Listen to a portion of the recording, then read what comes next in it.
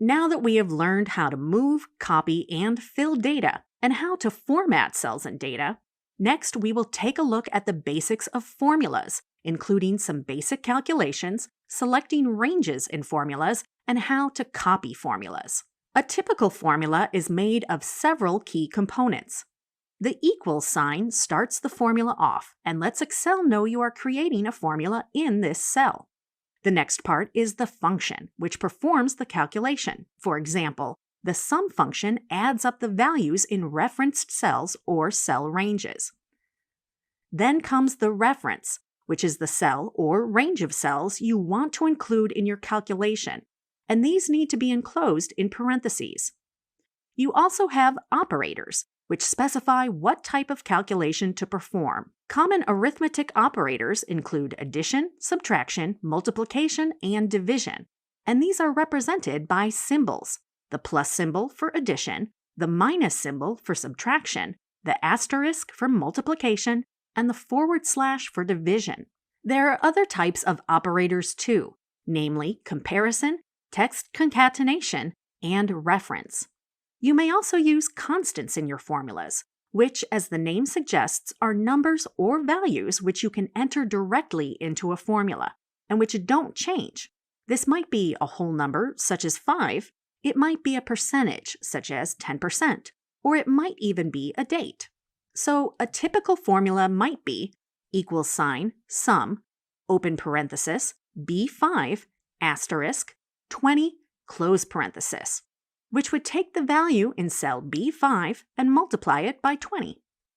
Let's start with a few basic calculations. Suppose you want to add up January and February sales of accessories. You would start by typing an equal sign, which lets Excel know you are entering a formula. Then you type in the function you wish to use, in this case, the sum function. Note the description. Next, you type an open parenthesis. Then you select your cell range, which in this case would be E2 to E3. So you could enter that as E2, E3, then a close parenthesis, and press Enter.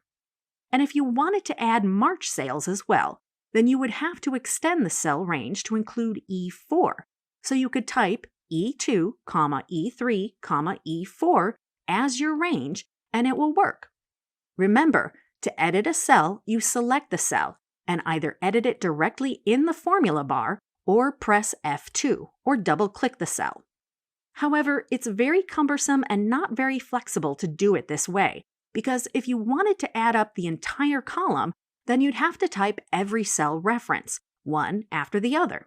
So thankfully, there's a better way. Instead of typing each cell to include in the reference, you just put a colon between the first and last values in our range. So E2, E4 in this case. And if you wanted the whole column, then you would enter E2, E13 in your formula. But there's another way of doing it, and that's by using your mouse to select the range, so you still type equal sign, sum, then open parenthesis, but select the range with your mouse or Shift plus arrow keys, and just press Enter. Excel will add the close parenthesis for you. To total these columns up and add some tax, you'll add some headings first for subtotals and tax at 20%. Then your formula will need to multiply the value in subtotals by 20%. If you wanted to add up all the column subtotals and calculate the taxes, then you would repeat the previous process for each column. But that's very time-consuming and you don't need to, because Excel has some neat tricks to do this for you. Just select the fill handle in the bottom right corner of the cell and drag across to the other cells to copy the formula. This is called autofill. Notice how the formula is copied, but the row references change in relation to the cell's position on the worksheet. So what was E2, E13 has become B2, B13. These are known as relative references, but more on that later in the course. And you can do the same thing for the tax values in row 16. Now, you need a row for showing the totals. The calculation here is simple: the subtotal value in cell B15 added to the tax in B16. And again, you can use the fill handle to copy the formula across. If you wanted to total the sales of all products by month, you'd add a column heading. Notice how the cell style is copied to the new heading automatically. Remember, to widen a column, either drag the divider manually or double-click the divider. Then, enter the formula in cell F2 as you've done before. However, Excel has another trick up its sleeve. It's called AutoSum and is found on the Home tab in the Editing group.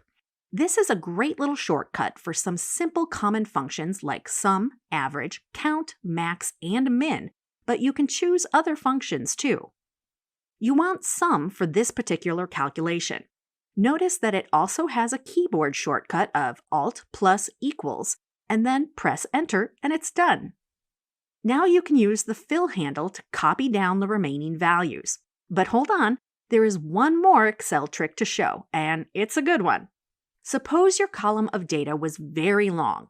You might have to drag the fill handle down over several pages, which isn't easy to do and can easily lead to errors when selecting large lists of data values.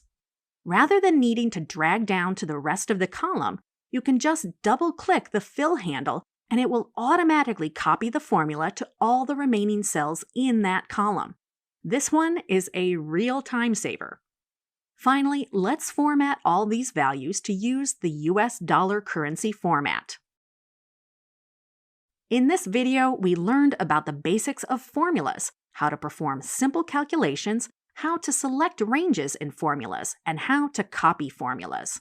In the next video, we will look at how to use some of the common functions used by data analysts and discover some more advanced functions.